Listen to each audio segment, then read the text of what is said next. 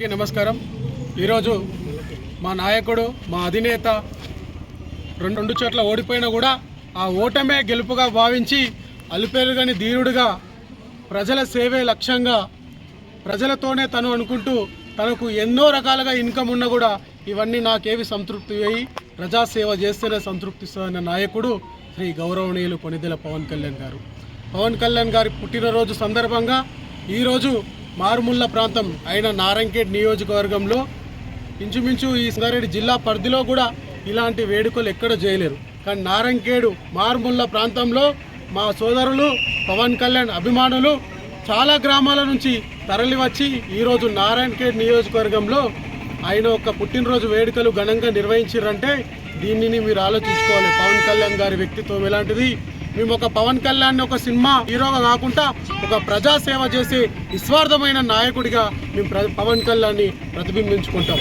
ఈరోజు పవన్ కళ్యాణ్ పుట్టినరోజు సందర్భంగా నారాయణఖేడ్లోని మన మంగళపేటలో ఉండే దుర్గాభవాని అమ్మవారు టెంపుల్ దగ్గర ప్రత్యేక పూజలు నిర్వహించి పవన్ కళ్యాణ్ ఇదే విధంగా ప్రజాసేవలో ఉండాలి, ఆయన 100 సంవత్సరాల ఆయుష్ ఆరోగ్యాలతో ఉండాలని కోరుకొని ప్రత్యేక పూజలు నిర్వహించి అదేవిధంగా మా పవన్ కళ్యాణ్ అభిమానులు జనసేన కార్యకర్తలు అందరం కలిసి బైక్ ర్యాలీగా రాజీవ్ చౌక్ నుంచి అదేవిధంగా బసవేశ్వర చౌక్ నుంచి శివాజీ చౌక్ వరకు వెళ్ళి తదుపరి ఏదైతే నారాయణఖేడ్ ఏరియా ఆసుపత్రికి వచ్చి ఇక్కడ ఉండే పేషెంట్లకి పవన్ కళ్యాణ్ అభిమానుల తరపున ఈరోజు పనులు డిస్ట్రిబ్యూషన్ చేయడం జరిగింది। ఇలాంటి సేవా కార్యక్రమాలు ఇంకా ముందు కూడా చేస్తాం మేము।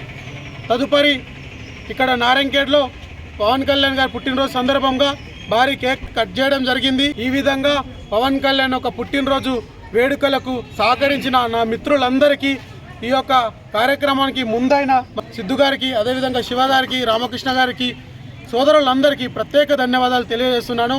ఇంతటితో ఆగిపోకుండా ముందస్తు రోజుల్లో కూడా మనం ఉధృతంగా ఈ యొక్క పవన్ కళ్యాణ్ గారి ఆశయాలను ప్రజల్లోకి తీసుకువెళ్ళాలని వేడుకుంటున్నాను।